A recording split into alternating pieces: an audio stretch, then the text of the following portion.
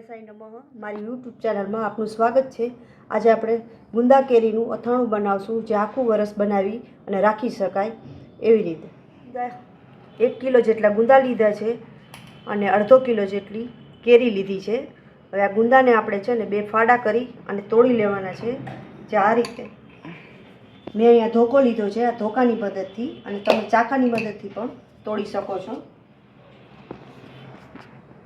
આ મેં ન્યૂઝપેપર લીધું છે અને અહીંયા છે તોડવાળા થળિયા રાખવા માટે ચીકાસવાળું હોય એટલે આપણે છે ને આ રીતે એને બે કટકા કરી અને આમાં નાખી દેવાના છે બધાય। આ રીતે ટોટલી ગુંદાને કરી નાખશું। ગુંદા આપણા હવે કટિંગ થઈ ગયા છે। હવે આપણે એની અંદર આ કેરીના કટકા નાખી દઈશું। હવે એમાં મીઠું નાખી દઈશું,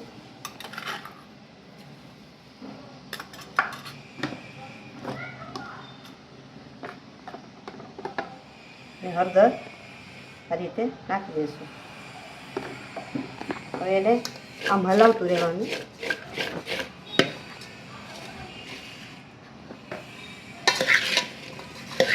આ રીતે ચમચેથી હલાવી નાખવાનું। ગુંદાને 5 થી 6 કલાક ખાટી કેરીની અંદર આવી રીતે રાખવાના, એટલે આની ખટાશની હિસાબે ગુંદાની ચીકાશ નીકળી જશે અને ત્યારબાદ પછી એને આપણે સૂકવવાના થશે। આ રીતે આપણે એને હલાવતું રહેવાનું 5 થી 6 કલાકની અંદર આ રીતે હલાવશું ને એટલે બધે ગુંદાની અંદરથી ચીકાશ નીકળી જશે। તમે જોઈ શકો છો હવે આપણા ગુંદા પલળીને તૈયાર થઈ ગયા છે। હવે એને આપણે આ રીતે ઝારાથી કાઢી અને આ બધું પાણી એક બાજુ કરી અને કાઢીને સૂકવવાના છે 2 કલાક પૂરતા। આમાં પાણી ન રહે ને એટલે જે ફૂગી ન ચડે એટલે એને થોડીક વાર સુકાવા દેવાના 2 કલાક જેવું। આ રીતે મેં કપડું પાથર્યું છે અને એની ઉપર આ રીતે સૂકવી દેવાના ઝારાની મદદથી નિતારીને આ રીતે કપડા ઉપર સૂકવી દીધા છે અને 2 કલાક સુધી રહેવા દેવાના છે। અને આ જે પાણી ગુંદાનું છે ને એ હવે કોઈ કામમાં ન આવે, કેમ કે ગુંદાનું ચીકણું પાણી હોય તેનો ઉપયોગ ન થાય એટલે જવા દેવાનું છે। હવે આપણે અથાણાનો મસાલો, અથાણું બનાવવાનો જે મસાલો હોય ને એ તૈયાર કરશું। હવે આ મસાલો બનાવવા માટેની બધી વસ્તુ મેં તૈયાર કરી રાખી છે। તમે જોઈ શકો છો આ 2 કપ મેં રાઈના કુરિયા લીધા છે, 1 કપ ધાણાના કુરિયા, ધાણા જીરું દરેલું, હળદર, મીઠું અને હિંગ અને આ તેલ, બરાબર, અને ચટણી।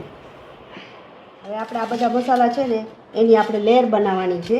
આ ટોપી, મોટા ટોપિયાની અંદર સૌથી પહેલાં આ રીતે આ ગોળ કરી બધું આ રીતે કરી રાખવાનું છે।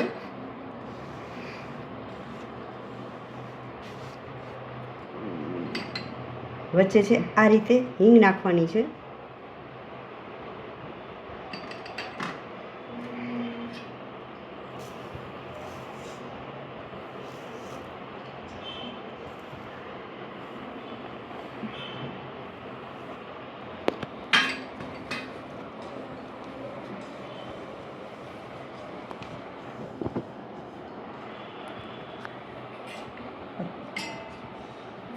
ત્યારબાદ છે આપણે હળદર નાખશું, કેમ કે પલાળવામાં આપણે નાખી હોય એટલે બહુ જરૂર ન પડે એટલે થોડી થોડી નાખશું।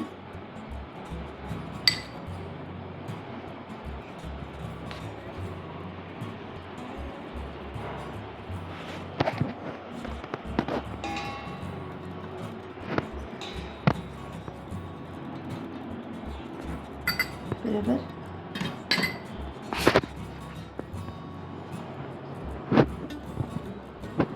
હવે આપણે ધાણાના કુરિયા નાખશું ઉપરની સાઈડ।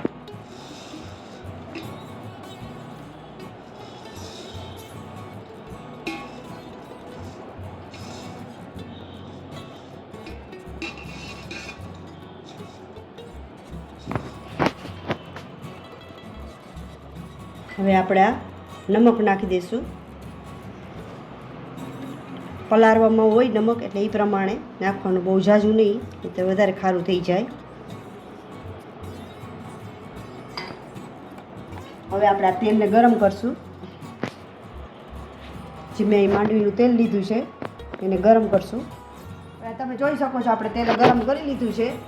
હવે આની અંદર આપણે ધીમે ધીમે હિંગની ઉપર નાખવાનું છે આ રીતે.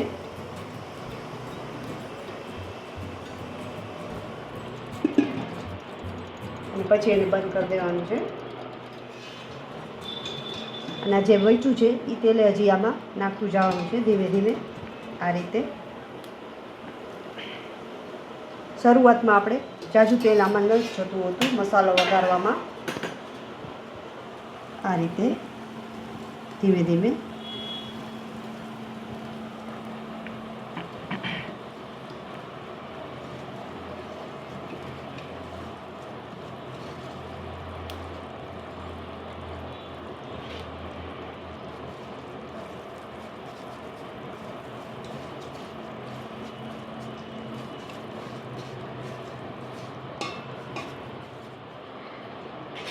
હવે આપણા ધાણા જીરું ચટણી અને ધાણા જીરું જે છે ને એ આ મસાલો ઠંડો થઈ જાય ત્યાર પછી નાખવાનું હોય છે.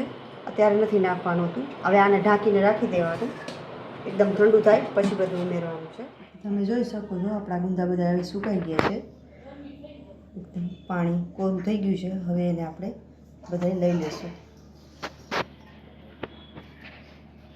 આ રીતે બધા એને બાઉલમાં ભરી લઈશું. પછી એનો મસાલો લગાડશું.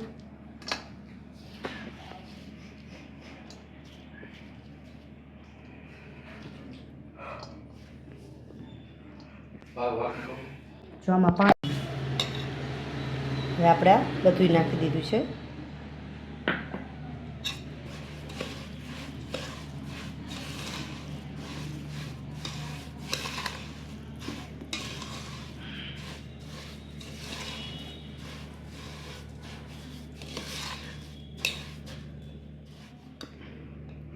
પછી આપણે આમાં થોડીક ચટણી વધારે ઉમેરશું.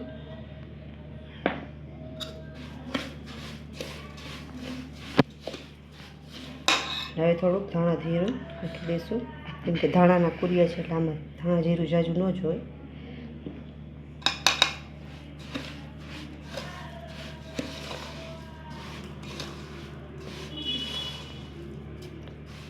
હવે આ બનીને આપણો મસાલો તૈયાર થઈ ગયો છે. હવે આપણે આ જે ગુંદા કોરા થઈ ગયા છે એની અંદર આપણે ઉમેરવાનું છે. આ રીતે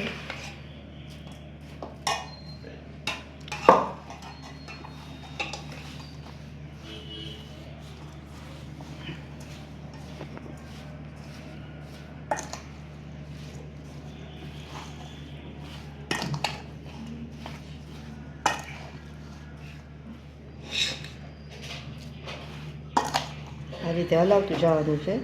એક ગુંદામાં મસાલો ચડી જાય.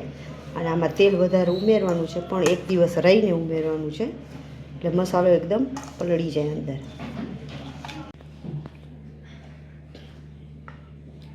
જોઈ શકો છો આપણું આપણે મસાલો ચડાવી અને અથાણું બનીને તૈયાર થઈ ગયું છે. અને એક દિવસ રહીને તેલ નાખવાનું એટલે એકદમ સરસ મસાલો ચડી જાય એની માથે તેલ. અથાણું બનીને તૈયાર થઈ ગયું છે એટલે હવે આપણે આને બરણીમાં ભરશું.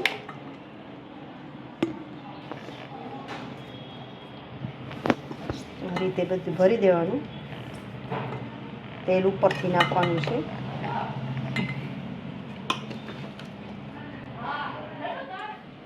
હવે આપણે આમાં થોડુંક તેલ ઉમેરી દઈશું.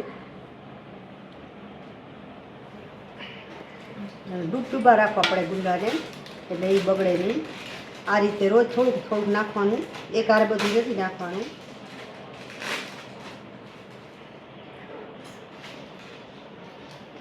અહીંયા મેં માંડવીનું તેલ નાખ્યું છે. જો તમને આ રેસીપી પસંદ આવે તો મારા વિડીયોને સબસ્ક્રાઈબ કરજો, લાઈક કરજો અને શેર કરજો.